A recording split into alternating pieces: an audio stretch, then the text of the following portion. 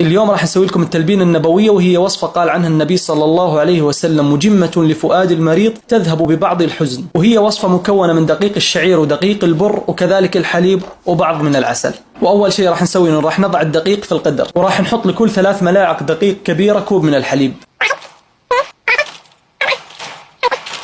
أنا حطيت 6 ملاعق دقيق، يعني راح استخدم حول نص لتر حليب. ونضيف كمية الحليب المطلوبة، وبعدين نشغل عليها النار ونحركها ل5 دقائق، وبعدين نبدأ تحريك، وقد تحتاج أكثر من 5 دقائق حسب الكمية. ونستمر بالتحريك الين يشتد القوام. تقدروا تضيفوا نكهات مثل الفانيلا وغيره، لكن احنا اليوم راح نسويها على الطريقة الأصلية. طبعا يا جماعة لقيت انه القوام جدا شديد فزدتوا حليب كمان. ونستمر بالتقليب الين نصل الى هذا القوام الشديد، وبعد ما اشتد القوام نحطه في صحن تقديم.